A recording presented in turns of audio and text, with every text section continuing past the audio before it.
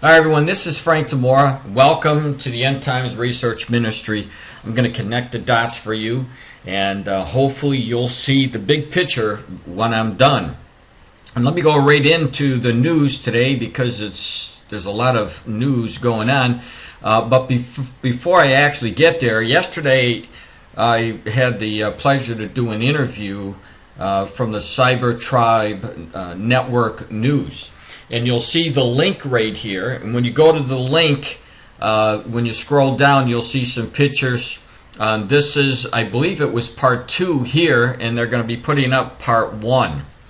And part 1 is not 19 minutes long. That was just the intro when he was trying to figure out the sound. So part 1 should be coming up shortly, I believe. So when you want to go watch that interview, at least right now, the second part is up. I wish you would have put the first part up first, but hey, that's the way it is. And if you go down to it, click on it, you'll get that interview. Now, let's go down to what's important. The events that we're seeing in the Middle East right now, there is no question that we are leading to the Psalm 83 war, of which I'm going to concentrate on Syria right here. Because Syria is in the news, wars, rumors of wars about Syria, escalating regional conflict, and what have you. So this is really important. And if you don't know what Psalm 83 is, very briefly, it's a war of the bordering nations around Israel. They are coming together as a confederate group of nations to attack Israel. God has given us the very nations who are going to attack, and they're listed 1 through 10. And I'm going to be talking about Syria right now. But this war hasn't happened yet. But we know that it is just over the horizon by the events that we're seeing. So let me go down. First of all, there was an article that I put up, I think, yesterday and the day before, and it talked about Syria and how Bashar al-Assad, here he is right here, said that he was going to attack Israel if outside forces attacked him. Now, this is important because the man, if he's cornered, no doubt will attack Israel. At least I believe that he will. And if you see this article, it's just a short paragraph. Let me read it. For experienced observers believe that President Assad may be plotting a surprise attack against Israel in a desperate attempt to distract attention away from the internal troubles and transform himself into a hero across the Arab world. This is very important. And I talked about this yesterday, but I didn't include what I'm going to tell you now. But in this, it said a surprise attack. That's what he said. If outside forces, including the United States or anybody, were going to attack him, he was going to attack Israel. So with that in mind, I want you to take a look at this article, the title, Europe Warns Assad Against Attacking Israel. Let me go over to that article. It says, Syrian President Bashar al-Assad has warned against attacking Israel in case of a strike on his country. Senior officials in the European Union told Kuwaiti's Al Rana newspaper. Now, according to the officials, Assad realizes that the potential Western assault would be in response to his army's use of chemical weapons and not as a means to affect the current balance of power in Syria. Says Assad reportedly used diplomatic back channels to convey that he does, now get this, he does not intend to attack Israel, as this would lead to a Syrian campaign of uncharted territories. So what he is saying right here is that he doesn't plan to attack, all right? But keep in mind what I showed you. Keep in mind that he said that he was going to have a surprise attack. So here we have now Assad say, Bashar al-Assad, the president, say that he is not going to attack. But I want to show you something. Now keeping in mind that in 2012, Bashar al-Assad said that he was going to attack. All right? So he said, now watch this. You're gonna understand why this is so important. The Syrian Prime Minister, Wali al Kweki said Wednesday that the country would become a graveyard of invaders in case of foreign military invention, and accused the West of inventing a pretext to attack. Now, Syria will surprise the aggressors, and now get this, this is where the most important part comes. The aggressors, as it surprised them in 1973 Yom Kippur War, when Arab forces caught Israel off guard and become the graveyard of invaders, he said. So, we have in 2012, Bashar al-Assad said, we are going to hit Israel. Then in the news today, we see that he said, no, we're not going to attack Israel. But here we have that if they do attack, we're going to surprise them the same way that we did Israel in 1973. So it would behoove the Prime Minister or the President of Syria, Bashar al-Assad, to go out and say, no, we don't plan on attacking you, but do the same thing that he did in 1973, surprise them by attacking them, just like he did in the Yom Kippur War. So you can't trust anything that Bashar al-Assad is saying. All I know is the man said that he was going to attack Israel, and it looks like he's being cornered to the max right now, and all bets are off, because I really believe that if the United States, or anybody for that matter, and I would look more towards Israel attacking than I would the United States. In either case, I really believe that Bashar al-Assad's government's going to make a move against Israel, and if that happens, we are definitely on our way to Psalm 83. Now, there is no question we are seeing the fulfillment of wars and rumors of wars, as Jesus told us in Matthew 24:7, where he said, a nation shall rise against nation, and kingdom against kingdom. And there shall be famines and pestilence and earthquakes in divers places. All these things are happening. And there's another article today to prove this. Perez will respond with full force to any Syrian attack. So let's go over there. Now keep in mind, this is today's news. You see the article that I just read to you, the headline to it.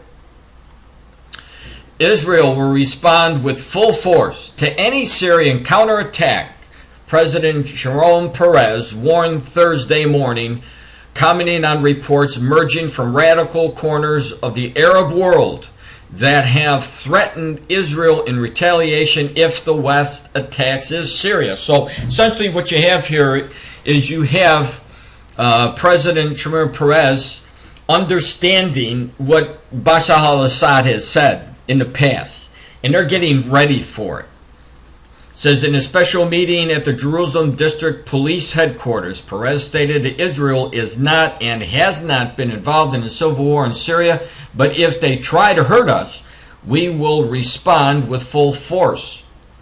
In an effort to calm the nation, the president dismissed violent political rhetoric directed against Israel, saying that such statements were intended to create panic. Israel is experienced enough in these situations so as not to be drawn into false propaganda. As reports surface of anxious Israelis flooding the gas mass distribution centers, anticipating an attack on Israel in response to any strike by the U.S. and its allies on Syria over the regime, probable use of the chemical weapons. So the warning of 2012 by Bashar al-Assad that I showed you, the Prime Minister, or the President of Israel is very concerned about those very, very same issues. And we all should be concerned about it, because I believe Syria is going to be the igniter for the Psalm 83 war. Now, I may be wrong, but the circumstances now taking place in the Middle East sure point to that direction. Now, we know that Syria has to be left in ruinous heap. How do we know that? Well, obviously, God told us. Look, one of the scriptures that I point out as much as I can is Isaiah 17:1, where the Lord said, the burden of Damascus, behold, Damascus is taken away from being a city, and shall be in a ruinous heap. Now, if you've been watching, or if you haven't been watching, there's a couple of pictures of what Syria looks like right now. And obviously, we're well on the way of the ruinous heap, but it's not over. It's going to get much worse. And if you want more information about this, go to Jeremiah chapter 49 and read verses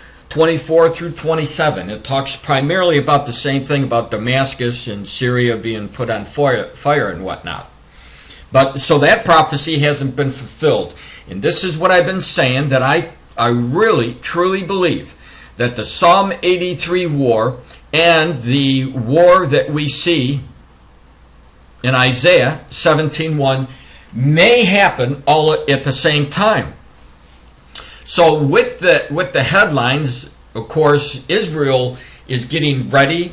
When you're talking about wars and rumors of war, and I'm not going to go over to the article, but I'm just going to read a little excerpt from it. And here's the commentary for you, or the link to that commentary. It says, the Israeli Defense Force Home Front Command has extended the open hours for gas mass distribution centers to cope with the massive demand of recent days. The Army radio reported Thursday, anxious Israelis have flooded the centers anticipating an attack. So primarily now what you have here is they're repeating the same thing that was in that other article. But the Middle East is very high degree of alert. And they should be, because that whole region is going to blow up. How we know it's going to blow up? We see it in the Psalm 83. The same nations who are involved in what's going on they're indicated in Psalm 83. Now here's a DEPCA file that I wanted to bring to your attention. Potential Israeli reserves call up. U.S. beefs up the Qatar air base. Syria moves units into the sheltered site. So, again, just indication that all of these nations are getting ready for war. Now, will it be war? Will it actually filter down to war? I don't know, but if you take a look at this, what did the Lord say? For nation shall rise against nation, kingdom against kingdom. And there's other passages in the Bible that says there'll be wars and rumors of wars. So at this point, I'm watching the news thinking, is this another war rumor? Or is this the end of the rumors, and is it the war? One of the wars that the Lord said that were going to happen. So we need to watch the news. In either case, the IDF, the Israeli Defense Force, they're getting ready. You see it says, ahead of the U.S. strike in Syria, the Israeli Security Cabinet in special session Wednesday of August the 28th ordered the partial mobilization of select quantitative IDF reserve forces. So they're getting ready just in case the attack does happen. And good reason, because they were attacked before, as I showed you, in 1973, surprise attack, and Bashar al-Assad isn't going to tell Israel exactly what they're going to do. He's going to try to confuse not only Israel, but everybody else, so we need to be paying attention in what's happening in the Middle East. Now, at the same time as all of this is going on, Israel is experiencing the blessings that God said that he was going to be pouring out on the nation of Israel in the last days. And this prophecy is being fulfilled. It has been being fulfilled ever since Israel became a nation again in 1948. But I wanted to give you the scripture for it. You'll see there's Jeremiah chapter 30, verse 3, and also Isaiah chapter 43, verses 5 through 7. It talks about the Jews coming back that were scattered, coming back, going into their motherland, Israel, in the last days. And I've been showing you, and I've documented all of this information in my book, by the way. But there was news again today where there more people, more of the Jews from Ethiopia, and keep in mind, we'll see the scripture that it says he's going to bring them from the east, the south, the west, and the north.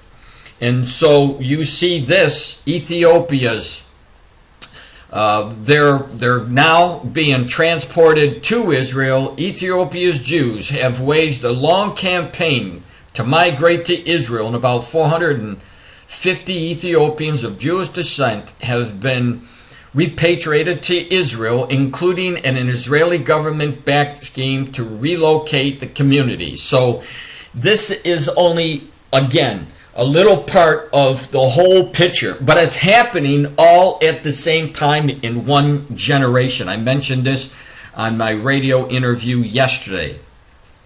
Now, as with every single day just about now, I've been showing you birds, fish, and animals that are dying off. And today again, I have to report this, that there was more of the same. And here's the scripture for those that just found my website. You could read it for yourself in Hosea chapter 4, verses 1 through 3. This is one of 3 prophecies that talk about the animals, birds, and the fish dying. And when we look at the news today in Germany, or actually yesterday, which was not posted in my book, and it is now, thousands of fish wash ashore, again, in Germany.